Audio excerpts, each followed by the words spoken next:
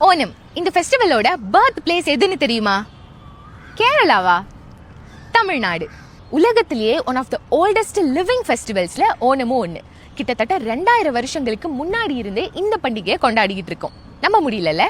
சங்க இலக்கியங்கள்ல 10 பாட்டுல தொடங்கி 7ஆம் நூற்றாண்டுல வாழ்ந்த திருஞான சம்பந்தர், 8ஆம் நூற்றாண்டுல வாழ்ந்த ஆண்டாளோட தந்தை பெரியாழ்வார் வரைக்கும் அவங்க பாடல்கள்ல பாக்குறப்ப திருவோண பண்டிகையை தமிழர்கள் கொண்டாடி இருக்காங்கன்னு தெரிய வருது. அது அப்படியே காலப்போக்குல சில சமய அரசியல் காரணங்கள்னால தமிழ்நாட்டில இருந்து குறைஞ்சிருக்கு. பட் சேர நாட்டோட ஒரு பகுதியா இருந்த கேரளம் அதை தங்களோட அடையாள பண்டிகையா எடுத்து இன்னைய வரைக்கும் கோலாகலமா கொண்டாடிக்கிட்டு இருக்காங்க.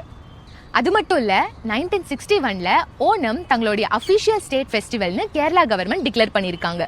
சரி, ஓணம் ஏன் கொண்டாடுறாங்க? இதுக்கு நிறைய காரணங்கள் இருக்கு. மகாபலி அப்படிங்கிற ஒரு மன்னனை வரவேற்கிறதுக்காகன்னு ஒரு காரணம், விஷ்ணு பகவான் வாமன அவதாரம் எடுத்ததுக்காகன்னு ஒரு காரணம், அது மட்டும் இல்ல கேரளத்துல இப்ப ஹார்வெஸ்ட் சீசன் அப்படிங்கிறது ஒரு முக்கியமான காரணமா இருக்கு.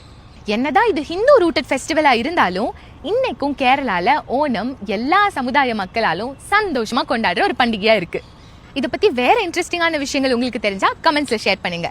நீங்கள் எல்லாருக்கும் எந்த ஹிருதயம் நிறைந்த ஓணாசம்சங்கள்.